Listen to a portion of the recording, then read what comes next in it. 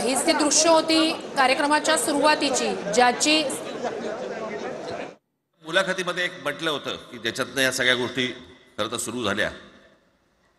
आणि मी असं म्हटलं होतं की कोणत्याही वादापेक्षा आणि कुठच्याही भांडणापेक्षा महाराष्ट्र मोठा आहे.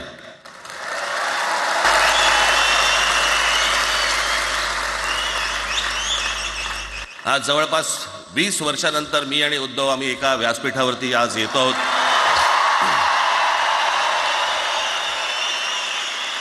जे माननीय बाळासाहेबांना जमलं नाही, जे अनेकांना जमलं नाही, आम्हाला दोघांना एकत्र आणायचं, ते देवेंद्र फडणवीसला जमलं.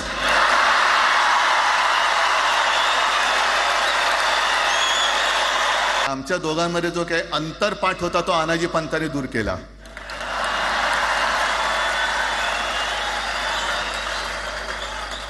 आता अक्षता टाकण्याची काय तुमच्याकडनं अपेक्षा नाहीये. एकत्र आलोय एकत्र राहण्यासाठी.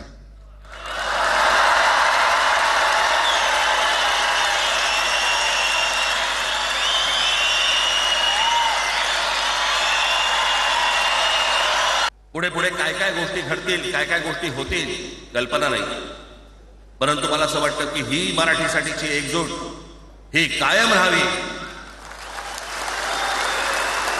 आणि महाराष्ट्रामध्ये सन्माननीय माननीय बाळासाहेबांचं जे स्वप्न होतं ते पुन्हा साकारावं अशी एक आशा, अपेक्षा आणि इच्छा व्यक्त करतो.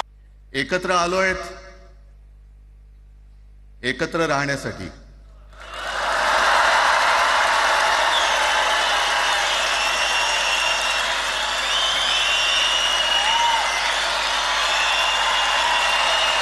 कार्यक्रमाची घोषणा झाल्यानंतर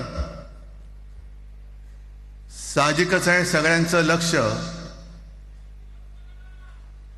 हे आज भाषणाकडे. पण वैयक्तिक मला असं वाटतं की आज आमच्या भाषणांपेक्षा आमचं एकत्र दिसणं हे महत्वाचं आहे. सन्माननीय उद्धव ठाकरे,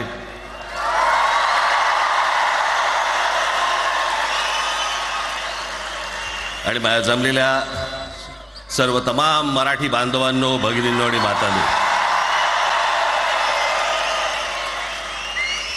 आणि साहजिकच आहे की त्याचंही कर्तृत्व आपण सर्वांनी पाहिलेलं आहे.